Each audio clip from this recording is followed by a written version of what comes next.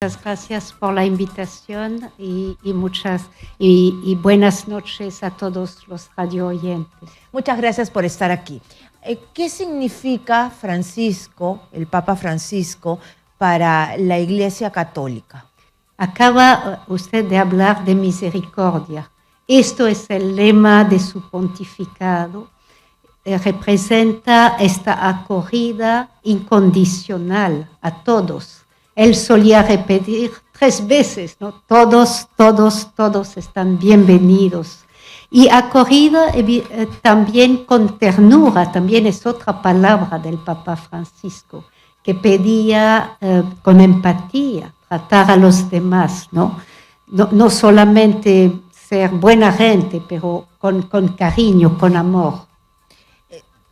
Yo también estaba revisando algunas de sus apariciones en público, los medios que lo seguían y el énfasis que hacen cuando él retira la mano. Hay mucha gente que quiere besarle el anillo del pescador, el símbolo de Pedro en la tierra. ¿Por qué él tiene esta actitud de retirar? Porque tiene que tener una simbología. Sí, ahí todo va con la sencillez, ¿no? Seguramente ustedes han estado comentando que quiere un entierro como cualquier otro cristiano, ¿no? Todo va en este sentido. Él vivía en la Casa Marta, él tenía zapatos negros que le habían hecho su cordonero en Buenos Aires. Es toda esta lógica de trato más horizontal con la gente, ¿no? De ponerse cercano. Él llamaba a la gente por teléfono, pero a todos, o sea, no podía llamar a todos, obviamente, pero no se fijaba en los que ponían corazón, que pedían algo especial. Creo que esto es muy importante. Ahora, es un nivel, ¿no? Pero estos restos marcan una búsqueda de horizontalidad, de salir de una tendencia al un poder monárquico, ¿no? Es ir hacia más horizontalidad.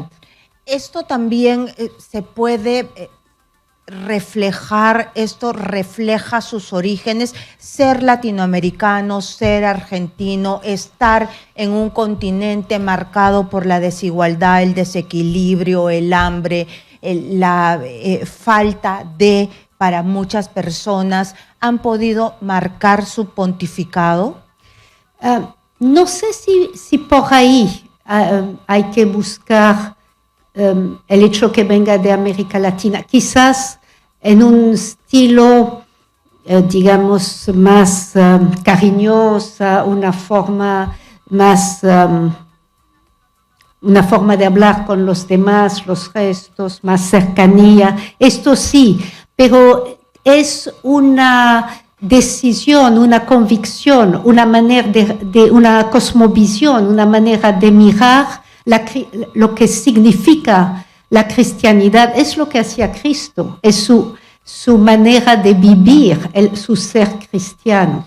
Es su manera de concebir el catolicismo. Así es. ¿Es porque él es jesuita entonces?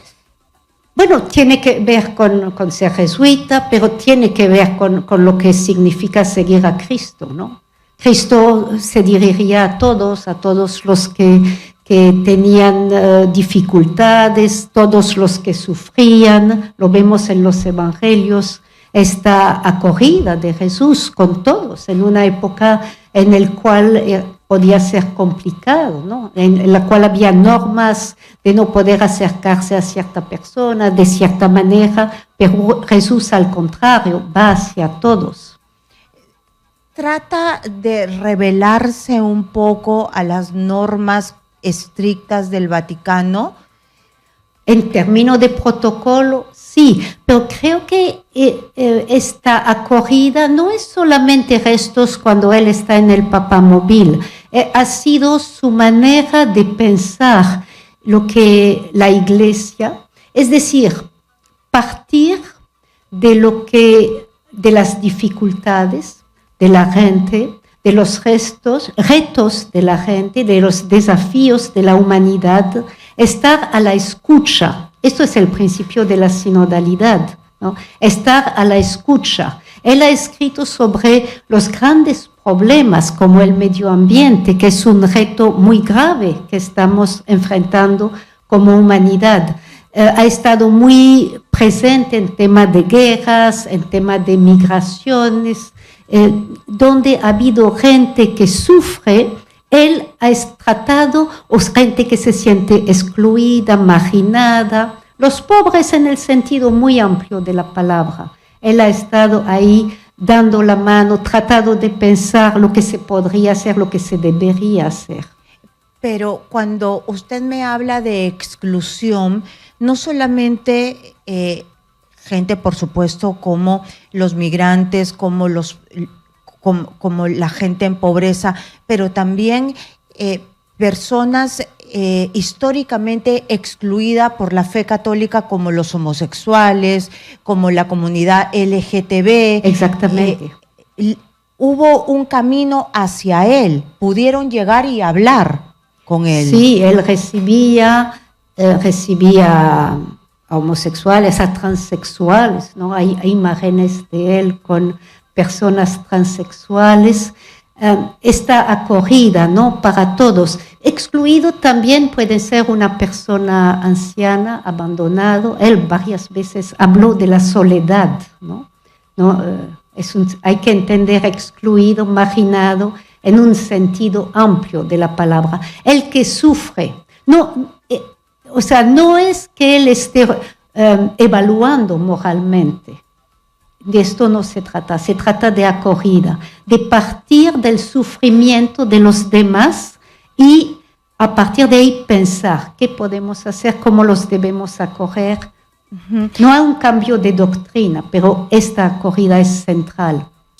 De acuerdo, pero ¿qué hizo además de pensar y acoger? Le dejo esta pregunta, nos tenemos que ir a una pausa. Bueno, hay que empezar que el tiempo de la iglesia no es el tiempo de nosotros, ¿no? Una iglesia de 2000 años, una estructura que de 2000 años no es que se pueda cambiar así en un pestañear de ojos, ¿no? Ha cambiado mucha cosa, ha habido sin embargo, ¿no? Podemos decir a nivel financiero, uno quizás de aquí no lo ve tanto, pero ha luchado para la transparencia, ¿no? Ha habido un juicio muy sonado a un cardenal. Ha cambiado también en la forma de inclusión, estamos hablando de inclusión, en que ha nombrado cardenales, ha escogido cardenales de diversas partes del mundo. Entonces es una iglesia mucho más universal que estamos teniendo hoy, ¿no?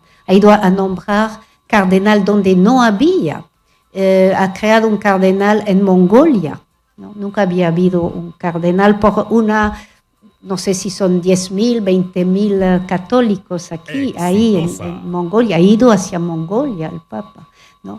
Entonces ha sido esta atención a las periferias. También ha luchado contra los abusos en la iglesia, ha hecho cambios en el derecho canónico, también ha nombrado mujeres en puestos de dirección.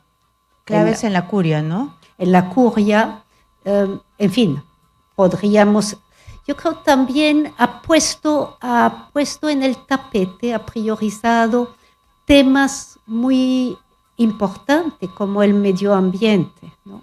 Ha organizado un sínodo sobre la Amazonía, sabiendo cómo está la zona de la Amazonía, cómo están sufriendo la gente, los pueblos que están de la Amazonía.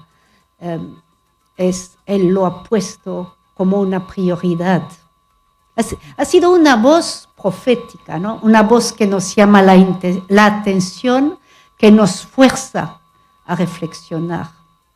Una voz que nos interpela, ¿no? Interpela, sí. Vamos a ver qué es lo que ha pasado el día de hoy. Hoy día han sellado el cuarto del Santo Padre. ¿Por qué se sella? ¿Por qué hay esta cinta que se supone son ritos, ¿no? Que se llevan a cabo apenas muere un Santo Padre. ¿Por qué se tiene que sellar como si fuese una escena del crimen? En la realidad, el Papa Francisco ha cambiado mucho de los ritos porque consideraba que había demasiado, ¿cómo decía? Quería algo más sencillo, más cercano a lo que ocurre al cristiano, al católico cuando muere. Por ejemplo, había tres cajones, ¿no? Él uno solo. Él va a estar enterrado en Santa María Mayor. Va a estar expuesto el miércoles, a partir del miércoles, ¿no? O sea, son ritos mucho más sencillos, mucho más cercanos, ¿no? Lo que estábamos hablando todo el tiempo, ¿no? De esta cercanía. Sí, y que además transmiten humildad. Claro, claro. Uno como nosotros, un pastor entre nosotros, ¿no? Uno más, uno como nosotros. Sí. Y el cónclave que se viene, están todos los cardenales, pero solamente hay un grupo que vota. Los de menos de 80 años que pueden votar, los que tienen más de 80 años ya no pueden votar. O sea, en nuestro caso solamente el cardenal Carlos Castillo es parte del conclave y puede votar y eventualmente podría ser elegido. O sea, el Papa se va a escoger entre los 135 cardenales del conclave. ¿Y hay favoritos? ¿Esto es como una elección? Bueno, hay favorito, ya las apuestas están ahí, ¿no? Sí, claro, pero ¿eso se maneja como una elección presidencial? O sea, entre los 135, sí. Sí. Cada uno tiene su voto y obviamente se tiene que conversar, ¿no? Buscar qué necesita la Iglesia y llegar a un acuerdo, a una unanimidad, a diferencia de una votación como en nuestro país, 50+1, 2/3 de los cardenales tienen que haber votado para el Papa, para que sea elegido. Necesita 2/3 de los votos, lo cual garantiza una unanimidad, garantiza que él tiene la fuerza, ¿no? Garantiza la credibilidad. Uh-huh. Y ahora se hablan de nombres. ¿Es muy temprano para saberlo? ¿O ya a estas alturas, apenas el Papa ha fallecido, ya la maquinaria tiene su propia, que digamos, ya se necesita tener otro papa, porque no puede estar el puesto vacante? Sí. Ya normalmente se esperaban, la norma solía ser 15 días, pero ya se ha cambiado la norma. En cuanto todos los cardenales se encuentren en Roma, puede empezar el conclave. Y nombres sí, pero mire, hay el dicho que quien entra papa sale cardenal, ¿no? Entonces todos los que están en las boletas, muy difícil decir. ¿Quién podría ser? Mire, hay varios, y si usted mira en internet, a veces aparece un nombre de un lado y del otro lado ya no aparece. Dice, va a ser italiano, porque solían ser italiano antes de Juan Pablo II, o europeo otra vez, o vamos hacia América Latina. América Latina representa más de 40% de todos los católicos, ¿no? Se encuentran en América Latina.